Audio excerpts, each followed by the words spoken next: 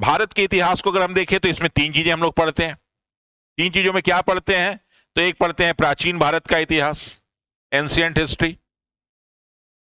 दूसरे की अगर हम लोग बात करें तो दूसरा कौन सा है? तो वो है मध्यकालीन इतिहास, मेडिवल हिस्ट्री। मध्यकालीन, जिसको मेडिवल हिस्ट्री कहते हैं। और तीसरा क्या है? आधुनिक, मॉडर्न। अब ये नाम देने वाले भी कमाल के लोग हैं। किस आधार पे प्राचीन बोले, किस आधार पे मध्यकालीन और किस पे आधुनिक, समझ में नहीं आता। लेकिन चलो हम लोग यही पढ़ेंगे। तो इसके बारे में हमें नहीं पढ़ना है, हमें जो पढ़ना है वो इसी के बारे में पढ़ना है, प्राचीन, मध्यकालीन और आधुनिक। लेकिन अभी मैं आपको प्राचीन भारतीय इतिहास और मध्यकालीन भारतीय इतिहास नहीं पढ़ाने जा रहा हूं। मैं आपको पढ़ाने जा रहा हूं क्या? आधुनिक भारत का इतिहास। अगर ये देखा जाए तो इसको कई पार्ट में डिवाइड किया गया है, और पहली लड़ाई तो वहीं से शुरू हो जाती है कि इसका डिवीजन कैसे करें, कैसे नहीं करें। अगर कई लोगों को माना जाए तो कई लोग अलग अलग आधार पर डिवीजन करते हैं। क्या डिवीजन करते हैं भाई? तो देखिए डिवीजन क्या वो करते हैं, यह मैं आपको समझा रहा हूं, तब आपको मैं टॉपिक शुरू करता हूं लिखवाना और बताना। अब देखिए डिवीजन होने जा रहा है तीनों इतिहास का। कुछ लोग डिवीजन करते हैं किस आधार पे भाई? तो आधार उन्होंने ले लिया धर्म को। क्या ले लिया? धर्म को। क्या भाई? प्राचीन भारत का इतिहास वो भारतीय इतिहास है जिस समय हिंदू धर्म का विकास हुआ भारत में, जबकि हिंदू धर्म कोई धर्म नाम की चीज ही नहीं है। ये जो है हिंदू शब्द कहां से आया, इसका मतलब क्या होता है, ये अलग ही चीज है। लेकिन कई लोग हिंदू को भी धर्म कह देते हैं। इसके अलावा दूसरा जब मध्यकालीन आती है तो उसमें कहते हैं इस्लाम धर्म। इस्लाम धर्म ये एक धर्म माना जाता है, रिलीजन, पंथ माना जाता है। पंथ की सबसे बड़ी खासियत क्या होती है? उसका एक प्रणेता होता है, उसके कुछ सिद्धांत होते हैं जिसको मानना बहुत जरूरी है। अगर आप नहीं माने तो फिर आप उस पंथ के नहीं हुए। अब हिंदू धर्म में क्या है कि हमारे पंथ में ऐसी कोई बात ही नहीं है कि आप ना माने, जो आपको इच्छा हो कर लीजिए, कोई दिक्कत नहीं है। पेड़ की पूजा करनी है कर लो, चंद्रमा, आकाश, सूरज, किसी की पूजा करनी है कर लो, जीव जंतु जानवर पूजा करनी है कर लो, इंसान की पूजा करनी है कर लो, पत्थर की पूजा करनी है कर लो, सांस बंद करके करना है कर लो, मिठाई चढ़ा के करना है कर लो, गाना गा के गाना, जैसे चाहो वैसे पूजा कर लो। खुश रहना चाहिए, प्रसन्न रहो, बस दिमाग शांत रहे और कुछ नहीं। तो वो हमारे यहाँ सिस्टम है। लेकिन आप चले जाएंगे इस्लाम में तो इस्लाम में ये सिस्टम नहीं है कि आप चाहेंगे तो दो चार लोग की पूजा कर लेना, आप चाहेंगे दो चार तरीके से पूजा कर लेना। आप गए कि चलो भाई आज मस्जिद में हम आरती करेंगे, नहीं हो सकता। चलो आज हम मस्जिद में हवन करेंगे, नहीं हो सकता। चलो आज मंदिर मस्जिद में जो है मंत्र पढ़ते हैं, हाँ तो उनका जो कुरान है बस वही पढ़ सकते हैं, उसके अलावा कोई और भी पढ़ना चाहिए चाहे तो नहीं पढ़ सकते। तो इसलिए एक जो पंथ माना जाता है, एक जो धर्म माना जाता है इस्लाम। और जब आधुनिक कहते हैं तो कहो ये भी समाप्त हुआ जब भारत में जो है क्रिश्चियनिटी आने लगी। जो क्रिश्चियन लोग हैं, और क्रिश्चियन लोग के आने से ही भारत में आधुनिकता आने लगी, यानी अंग्रेज और यूरोपीय लोग। तो जब भारत में यूरोपीय लोग आना शुरू किए, यूरोपीय में पुर्तगाल, डच, अंग्रेज, फ्रांसीसी, डेनमार्क, जितने लोग भारत में आए, उस काल को कहते हैं कि आधुनिक भारत इतिहास। यानी वो काल जिसमें हिंदू धर्म का विकास हुआ, वो काल जिसमें हिंदू धर्म से संबंधित राजा थे, उसको कुछ लोगों ने प्राचीन काल कह दिया। अब इसमें भी बहुत सारे विदेशी आक्रमणकारी आए, लेकिन आके उन्होंने सभी ने कुछ यहां परिवर्तन नहीं किया, बल्कि यहीं की सभ्यता संस्कृति में ढल के और यहीं के धर्म को और यहीं के संस्कृति को अपना लिया। लेकिन जब भारत में इस्लामिक लोग आए तो फिर इन्होंने यहाँ की सभ्यता संस्कृति को नहीं अपनाया, बल्कि यहाँ के लोगों को जबरन तलवार के बल पे यहाँ पे धर्म का परिवर्तन होना शुरू हुआ। और जब ये लोग आए तो इन लोगों ने जबरन तो नहीं किया, लेकिन उन्होंने साइकोलॉजिकली, मानसिक रूप से लोगों को परिवर्तित करना शुरू किया, इनको भी और इनको भी कन्वर्ट करना शुरू किया।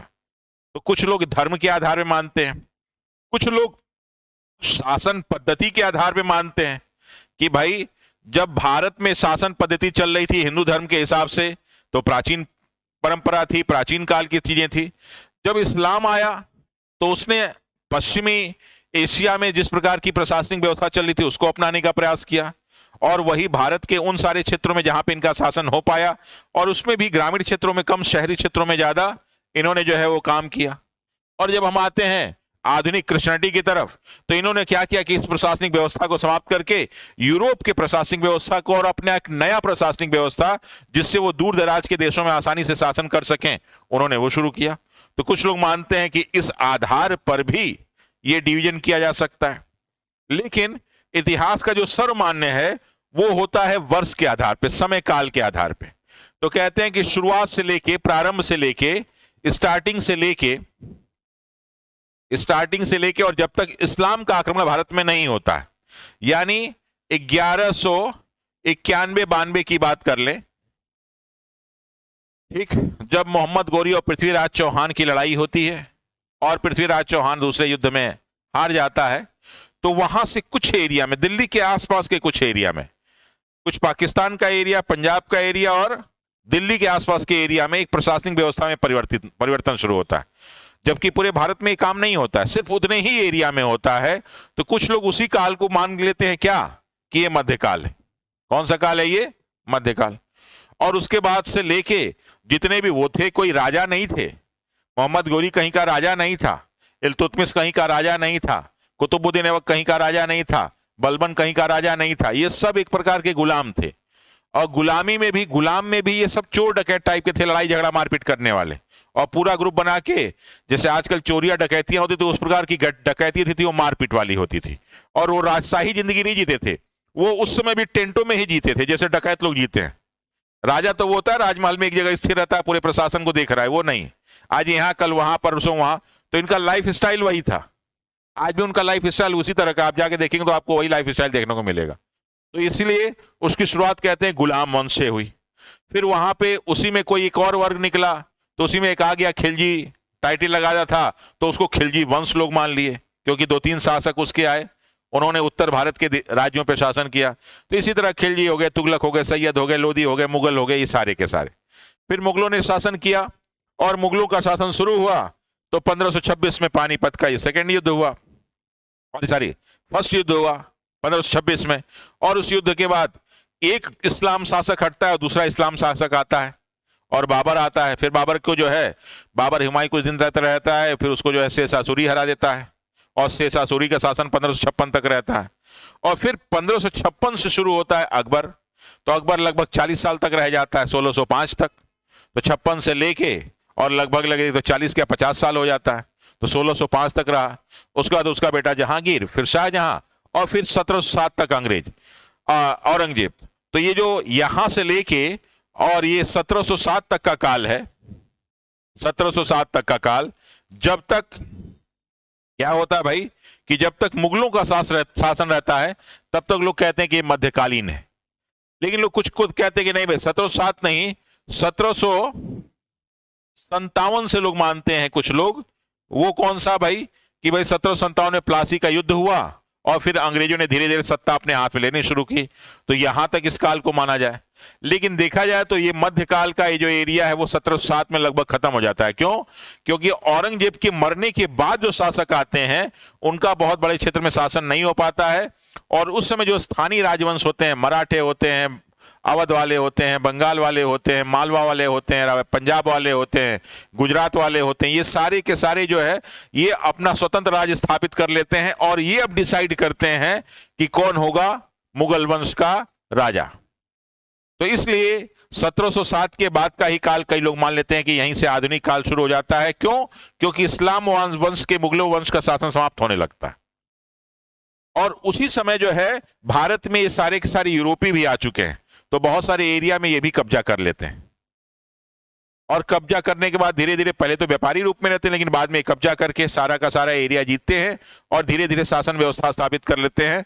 और ज्यादा इनको समय नहीं लगता है, 1757 से 1764 में आते हैं ना बक्सर के युद्ध में, वहीं से पूरा खेल शुरू हो जाता है। और ये 1764 का बक्सर का युद्ध जीतते नहीं है कि 1777 में रेगुलेटिंग एक्ट बना देते हैं, और इसी एक्ट से धीरे धीरे धीरे उनका बंगाल से शुरू होता है शासन, और भारत के अधिकांश क्षेत्र तक फैल जाता है। और फिर ये शासन चलता है उनका कब तक? जब तक वो इस देश को छोड़ के नहीं चले जाते हैं, 1947 तक। तो ये माना जाए तो कुछ लोग 1707 से मानते हैं, कुछ लोग 1757 से मानते हैं। तो हम लोग क्या करेंगे, पढ़ाई के दृष्टिकोण से 1707 ही मानते हैं, और यहां से लेके 1947 तक ये पूरा का पूरा मैं आपको पढ़ाऊंगा। जो हम लोग कौन सा पार्ट होगा वो आधुनिक भारत का इतिहास। तो हम जो पढ़ेंगे, आप जो पढ़ेंगे हमसे, वो पढ़ेंगे 1707 से लेके 1947 तक का इतिहास। अंडरस्टैंड? मेरी बातें आपको समझ में आ रही हैं? तो चलिए या देखते हैं, हम लोग इसको आगे बढ़ते हैं। ठीक कि भाई आप एक चीज तो डिसाइड हो गया कि भाई आधुनिक भारत के इतिहास में, मॉडर्न इंडियन हिस्ट्री में, आधुनिक भारत का इतिहास, इसकी अगर हम लोग बात करें तो हम लोग अपने इस क्लास में इसी के बारे में पढ़ेंगे और इसकी शुरुआत होगी 1700